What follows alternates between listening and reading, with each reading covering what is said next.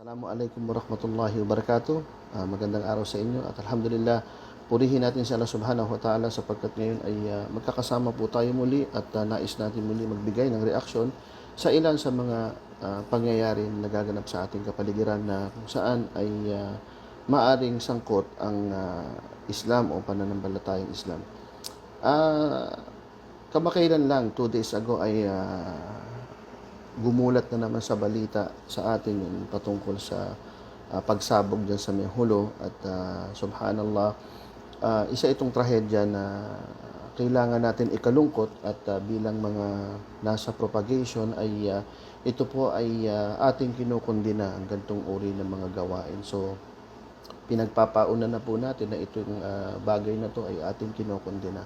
Pangalawa, nakatanggap tayo ng ilang mga private message sa ating inbox kung ano daw ba ang ating pananaw dito o bigyan natin ng reaction itong mga pangyayari na ito.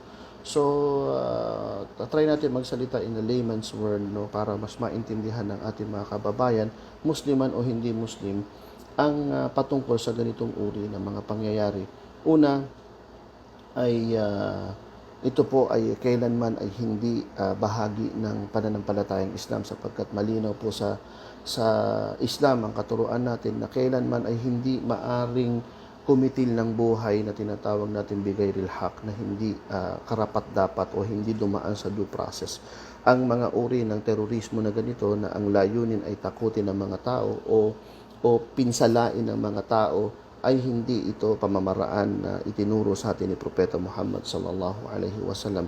At gayon din, lalo na kung ang babatayin natin ay ang Quran, ang bagay na to ay kinukundina ng ating pananampalataya sapagkat nakalagay sa Quran na kung tayo ay papatay ng isang tao o magiging sanhi ng pagpatay ng isang tao, ay bibigyan tayo ng kaparusahan na tulad ng pinatay natin ang lahat ng mga tao. At kung liligtas naman tayo ng isang tao, ay para tayo bibigyan ng reward na tayo ay lumigtas ng lahat ng sangkatauhan. So, ito'y general, no? At hindi ito para lang sa mga Muslim, ito ay para sa lahat ng mga tao na ang Islam pinadala ni Allah subhanahu wa ta'ala bilang relihiyon ng kapayapaan at nagtuturo ng ganap na uri ng pamumuhay na kung saan ay nangangalaga sa mga karapatan ng tao, sa property ng tao, sa dignidad ng tao, sa buhay ng tao.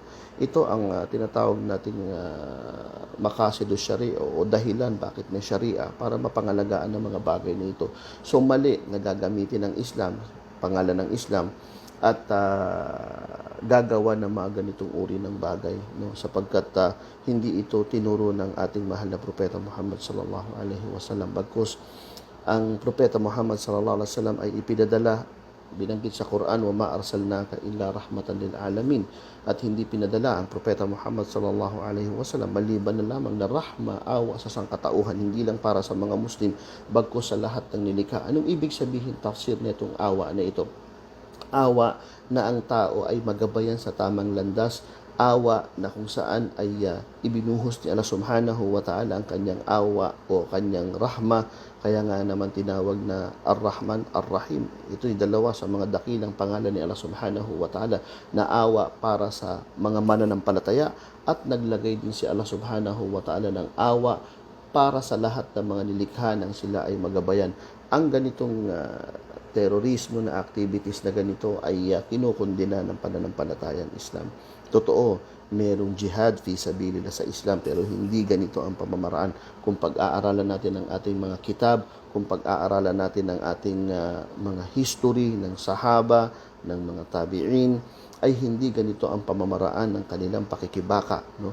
Ang pakikibaka sa Islam, ang jihad fi sabilillah sa Islam ay upang magbigay ng liberation sa mga taong inalipin ng shirk o inalipin ng mga tiwaling pamumuno. Kung pag-aaralan natin ng history, ganito isinakatuparan ng jihad fi sabilillah, at ang mga tao kapag na isasagawa ang jihad ay natutuwa sila yung mga taong nasasakupan. Pero sa ganitong pamamaraan ay hindi natutuwa ang mga tao bagkus mga sibilyan, mga inosenteng tao ang nadadamay at bagkus pati ang da'wa, pati ang propagation ay naaapektuhan sapagkat inaakala ng marami na ito'y bahagi ng Islam na siyang nagiging dahilan na napipigil ang ating pagpapalaganap ng Islam. So, ang jihad dapat ito yung li'ila'i kalimatillah, ito yung para maitaas ang salita ni Allah Subhanahu wa Ta'ala. Pero sa ganitong mga pangyayari,